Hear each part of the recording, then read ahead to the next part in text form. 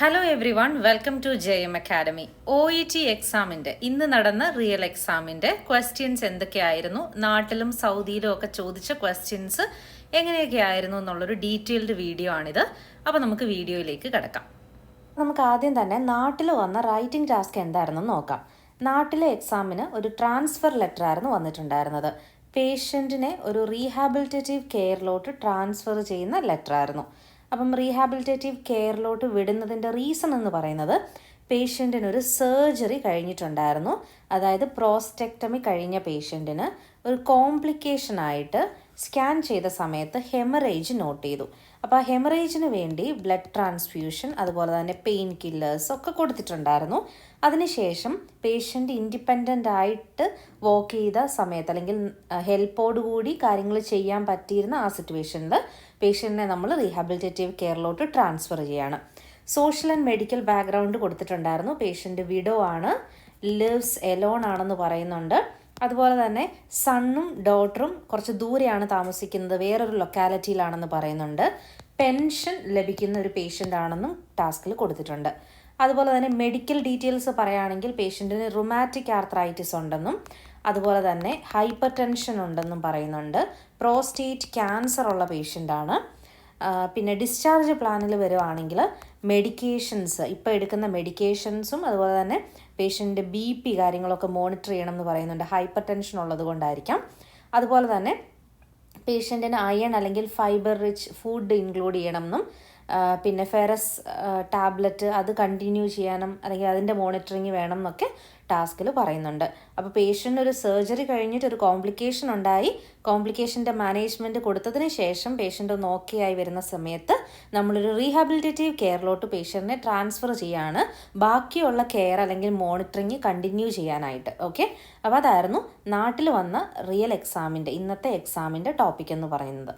ഇനി സൗദിയിൽ വന്നിട്ടുണ്ടായിരുന്ന എക്സാമിൻ്റെ ടോപ്പിക് എന്ന് പറയുന്നത് ഒരു സ്പീച്ച് തെറാപ്പിസ്റ്റിന് ലെറ്റർ എഴുതുന്നതായിട്ടായിരുന്നു. നമ്മളൊരു സ്കൂൾ നേഴ്സാണ്, സ്പീച്ച് തെറാപ്പിസ്റ്റിന് നമ്മൾ ലെറ്റർ എഴുതുകയാണ്. അതായത് പേഷ്യൻ്റെ പേര് ആൻറ്റോണിയോ എന്നായിരുന്നു. 5 വയസ്സുള്ള ഒരു ബോയ് ആണ്. ഓക്കെ, അപ്പം ഈ ബോയിയുടെ പേരൻസിൻ്റെ ഡീറ്റെയിൽസ് പറയുമ്പം മദർ പ്രഗ്നൻ്റ് ആണ്, ഫാദറിന് മൾട്ടിപ്പിൾ സ്ക്ലീറോസിസ് ഉള്ളതായിട്ട് പറയുന്നുണ്ട്. അതുപോലെ തന്നെ ഇയർ ഇൻഫെക്ഷൻ ഉണ്ടായിരുന്നു ഈ പേഷ്യൻറ്റിന്. ഈ ബോയ്ക്ക് 2022 ഇയർ ഇൻഫെക്ഷൻ ഉണ്ടായിരുന്നു. അതിനുവേണ്ടി ആൻറ്റിബയോട്ടിക്സ് ഒക്കെ ആയിട്ട് ട്രീറ്റ് ചെയ്തിട്ടുണ്ടായിരുന്നു. അത് ട്രീറ്റഡ് ആണെന്ന് പറയുന്നുണ്ട്. പേഷ്യൻറ്റിൻ്റെ സ്കൂൾ റെക്കോർഡിൽ ഡിസംബറിൽ റുട്ടീൻ ചെക്കപ്പിന് വേണ്ടി പേഷ്യൻ്റ് വന്ന സമയത്ത് ഓഡിയോളജി അല്ലെങ്കിൽ ഐ ടെസ്റ്റ് ഒക്കെ നടത്തിയ സമയത്ത് അല്ലെങ്കിൽ ഒബ്സർവ് ചെയ്ത സമയത്ത് പേഷ്യൻറ്റിൻ്റെ സ്പീച്ച് ക്ലിയർ അല്ലായിരുന്നു, ഐ കോണ്ടാക്റ്റ് പ്രോപ്പർ അല്ലായിരുന്നു എന്നൊക്കെ പറയുന്നുണ്ട്.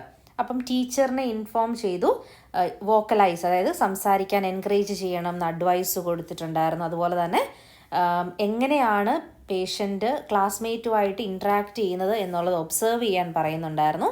അതുപോലെ തന്നെ ഫോണിൽ പേരൻസിനെ അറിയിക്കുന്നുണ്ടായിരുന്നു, കാര്യങ്ങളൊക്കെ എൻകറേജ് ചെയ്യണം, സ്പീക്ക് ചെയ്യാൻ എന്നൊക്കെ പറയുന്നുണ്ടായിരുന്നു. 4 ആഴ്ച കഴിഞ്ഞിട്ട് ഒരു റിവ്യൂ പറയുന്നുണ്ടായിരുന്നു. അപ്പോൾ അത് കഴിഞ്ഞിട്ടൊരു 4 വീക്സ് കഴിയുമ്പോൾ പേഷ്യൻറ്റിൻ്റെ റിപ്പോർട്ട് പറയുന്നത്, അതായത് ടീച്ചറിനോടും പേരൻസിനോടും ഒക്കെ ഒബ്സർവ് ചെയ്യാൻ പറയുന്നുണ്ടായിരുന്നല്ലോ, അതിൻ്റെ ഡീറ്റെയിൽസ് കൊടുക്കുകയാണ്. അപ്പോൾ ടീച്ചർ പറയുന്നത് സ്മോൾ ഫ്രേസസേ ബോയ് യൂസ് ചെയ്യുന്നുള്ളൂ, ഐ കോണ്ടാക്റ്റ് കുറവാണ്, ഇൻട്രാക്ഷൻ ക്ലാസ്മേറ്റ്സുമായിട്ട് ഇൻട്രാക്ട് ചെയ്യുന്നത് കുറവാണ്. അപ്പോൾ ഫാദർ ലാംഗ്വേജിൽ ഒരു കൺസേൺ കാണിക്കുന്നില്ല, ഒരു 5 ഇയേഴ്സേ ഉള്ളൂ എന്ന് ആണ് ഫാദർ പറയുന്നത്. പക്ഷെ സോഷ്യലൈസേഷനിൽ ലാക്ക് ഉള്ളത് കാരണം അതിലൊരു അപ്സെറ്റ് ഉള്ളതായിട്ട് പറയുന്നുണ്ട്. അപ്പം ക്വയറി സ്പീച്ച് ഡിലേ ആണ് അവിടെ കാണിക്കുന്നത്. അപ്പോൾ ഇത്രയും സ്പീച്ച് പ്രോബ്ലംസ് പേരൻസും അതുപോലെ തന്നെ ടീച്ചേഴ്സും നോട്ടീസ് ചെയ്തതുകൊണ്ട് ഫർദർ അസസ്മെൻറ്റിന് വേണ്ടിയും മാനേജ്മെൻറ്റിന് വേണ്ടിയും നമ്മൾ സ്പീച്ച് തെറാപ്പിസ്റ്റിന് ലെറ്റർ എഴുതുകയാണ്. ഓക്കെ, അപ്പോൾ ഫർദർ അസസ്മെൻറ്റ് ആൻഡ് മാനേജ്മെൻറ്റിന് വേണ്ടി സ്പീച്ച് തെറാപ്പിസ്റ്റിന് ലെറ്റർ എഴുതുന്നതായിട്ടാണ്. അപ്പോൾ സ്പീച്ച് തെറാപ്പിസ്റ്റ് എന്താണ് പ്രോബ്ലം എന്ന് കൺഫേം ചെയ്യണം. ഒരു query speech delay, suspected to have speech delay എന്നുള്ളതോടെ കൊടുത്തിട്ടുണ്ട്. അപ്പോൾ രണ്ടും ഡിഫറെൻറ്റ് ടോപ്പിക്കായിരുന്നു നാട്ടിലും സൗദിയിലും വന്നിട്ടുണ്ടായിരുന്നത്. അപ്പോൾ ഇതായിരുന്നു റൈറ്റിംഗ് ടാസ്ക് ഇന്നത്തെ എക്സാമിൻ്റെത്. ഓക്കെ, ഇപ്പം ഇത് കമ്പാരിറ്റീവ്ലി നോക്കുവാണെങ്കിൽ സ്പീച്ച് തെറാപ്പിസ്റ്റിന് എഴുതേണ്ടതായിരുന്നു കുറച്ച് ടഫായിട്ടുള്ളത്. ടഫാണെന്ന് പറയാൻ പറ്റില്ല, രണ്ടും ഓക്കെയാണ്. പക്ഷേ എന്നാലും കമ്പയർ ചെയ്ത് നോക്കുവാണെങ്കിൽ നാട്ടിലത്തേതും സൗദിയിലേതും കമ്പയർ ചെയ്ത് നോക്കുവാണെങ്കിൽ സൗദിയിലേതായിരുന്നു കുറച്ച് ട്വിസ്റ്റ്, അതായത് കുറച്ച് കോംപ്ലിക്കേറ്റഡ് ആയിട്ടുള്ളൊരു കേസ് നോട്ട് എന്ന് പറയുന്നത്. അപ്പം റൈറ്റിംഗ് ടാസ്ക് അതായിരുന്നു. ഇനി റീഡിങ്ങിൻ്റെ പാർട്ട് എയിലോട്ട് വരുവാണെങ്കിൽ നാട്ടിൽ മമേലിയൻ ബൈറ്റിനെ പറ്റിയുള്ളൊരു ടോപ്പിക്കായിരുന്നു. ആൻഡ് സൗദിയിൽ ഷോൾഡർ ഡിസ്ലൊക്കേഷൻ ആയിരുന്നു എന്നാണ് പറയുന്നത്. അപ്പം മമേലിയൻ ബൈറ്റ് എന്ന് പറയുമ്പം നമ്മുടെ ടെക്സ്റ്റ് എയിൽ ബൈറ്റിന് ശേഷമുള്ള റെമഡീസ് എന്തൊക്കെ ആണെന്നുള്ളത് ടെക്സ്റ്റ് എയിൽ കൊടുത്തിട്ടുണ്ട്. ബിയിൽ ആൻറ്റിബയോട്ടിക് ട്രീറ്റ്മെൻ്റ് ആണ് ടെക്സ്റ്റ് ബിയിൽ. ടെക്സ്റ്റ് സിയിൽ വാക്സിനേഷനെ പറ്റിയുള്ളൊരു ഡയഗ്രമാണ്. ടെക്സ്റ്റ് ഡിയിൽ ആൻറ്റിബയോട്ടിക് തന്നെയാണ്, പ്രഗ്നൻറ്റ് വുമണിന് ഏത് ആൻറ്റിബയോട്ടിക് കൊടുക്കണം, അങ്ങനെ ഏത് ആൻറ്റിബയോട്ടിക് ആർക്ക് കൊടുക്കണം എന്നൊക്കെയുള്ള കാര്യങ്ങളായിരുന്നു അവിടെ ടെക്സ്റ്റിൽ പറഞ്ഞിട്ടുണ്ടായിരുന്നത്. അപ്പോൾ അത് നാട്ടിലെയാണ് ഞാൻ ഈ പറയുന്നത്, മമേലിയൻ ബൈറ്റ്. അപ്പോൾ ഇതിനകത്ത് വന്ന കുറച്ച് ആൻസേഴ്സ് പറയുകയാണെങ്കിൽ സലൈൻ സൊല്യൂഷൻ എന്നൊരു ആൻസർ പറയുന്നുണ്ട്, ഡയബറ്റിസ് എന്നൊരു ആൻസർ വന്നിട്ടുണ്ടായിരുന്നു, ഇൻഫെക്ഷൻ എന്നൊരു ആൻസർ ഉണ്ടായിരുന്നു എന്നാണ് പറയുന്നത്, സ്കാറിങ് എന്നൊരു ആൻസർ ഉണ്ടായിരുന്നു, റേബീസ് വാക്സിനെ പറ്റി ഉണ്ടായിരുന്നു, പിന്നെ നമ്പേഴ്സ് ആയിട്ട് പറയുകയാണെങ്കിൽ 5, 1 ഇതൊക്കെ വന്നിട്ടുണ്ടായിരുന്നു. കോ അമോക്സിക്ലാവ് എന്നൊരു ഡ്രഗും ഉണ്ടായിരുന്നു എന്നാണ് പറയുന്നത്. ഇത് ആൻസേഴ്സ് കറക്റ്റ് ആണോ എന്ന് നമുക്കറിയില്ല, സ്റ്റുഡൻസ് എഴുതിയതിൽ നിന്ന് പറഞ്ഞു കിട്ടിയ ഇൻഫർമേഷനാണ്. നിങ്ങൾക്ക് ഇതിനെക്കാട്ടിൽ കൂടുതൽ ആൻസേഴ്സ് 100% ഉറപ്പുണ്ട് എന്നുണ്ടെങ്കിൽ താഴെ കമൻറ്റ് ചെയ്യാം. ബാക്കി സ്റ്റുഡൻസിന് അതൊന്ന് ഹെൽപ്ഫുള്ളായിരിക്കും. ഇന്ന് എക്സാം എഴുതിയവർക്ക് അത് കാണുമ്പം അവരെഴുതിയതുമായിട്ടൊക്കെ ഒന്ന് കമ്പയർ ചെയ്ത് നോക്കാനായിട്ട് പറ്റും. ഓക്കെ, പിന്നെ സൗദിയിൽ പറയുകയാണെങ്കിൽ ഷോൾഡർ ഡിസ്ലൊക്കേഷൻ ആയിരുന്നു വന്നിട്ടുണ്ടായിരുന്നത് റീഡിംഗ് പാർട്ടിയിൽ. ടെക്സ്റ്റ് എ പറയുകയാണെങ്കിൽ ടൈപ്പ് ഓഫ് ഡിസ്ലൊക്കേഷൻ ടൈപ്സ് ആയിരുന്നു. ബിയിലാണെങ്കിൽ ടേബിൾ ആയിരുന്നു, മെത്തേഡ്സ് ഓഫ് ക്ലോസ്ഡ് റിഡക്ഷൻ എന്നുള്ളതായിരുന്നു. സിയിൽ കോംപ്ലിക്കേഷൻസ് ആയിരുന്നു, ഫ്രാക്ചർ, സോഫ്റ്റ് ടിഷ്യൂ ഇഞ്ചുറി പോലെയുള്ള കോംപ്ലിക്കേഷൻസ്. ഡിയിൽ മാനേജ്മെൻ്റ് ആയിരുന്നു, അതായത് അനാൽജസിയ, ഇൻഹേലർ എങ്ങനെ കൊടുക്കണം, അങ്ങനത്തെ കാര്യങ്ങളൊക്കെ ആയിരുന്നു ഡിയിൽ കൊടുത്തിട്ടുണ്ടായിരുന്നത്.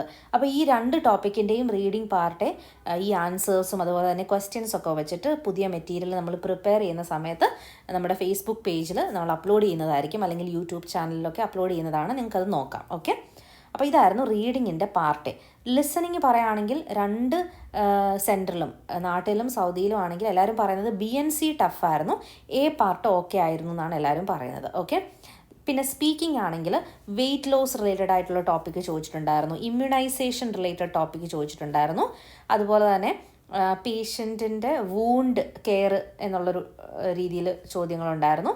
അപ്പം അതൊക്കെയായിരുന്നു സ്പീക്കിങ്ങിൽ. അതുപോലെ തന്നെ ക്ലിനിക്കിൽ സ്ട്രെസ് ഇൻകോണ്ടിനൻസ് എന്നൊരു ടോപ്പിക്ക് സ്പീക്കിങ്ങിലുണ്ടായിരുന്നു, അഡ്വൈസിന് വേണ്ടി പേഷ്യൻ്റ് വരുന്നതായിട്ട്.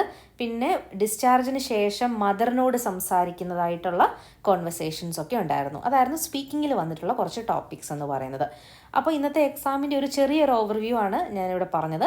ഇതിൽ കൂടുതൽ പോയിൻറ്റ്സ് എന്തെങ്കിലും ഒക്കെ ഉണ്ടെങ്കിൽ നിങ്ങൾ ഇന്ന് എഴുതിയവർ താഴെ കമൻറ്റ് ചെയ്യുക. അപ്പോൾ thank you so much for watching this video.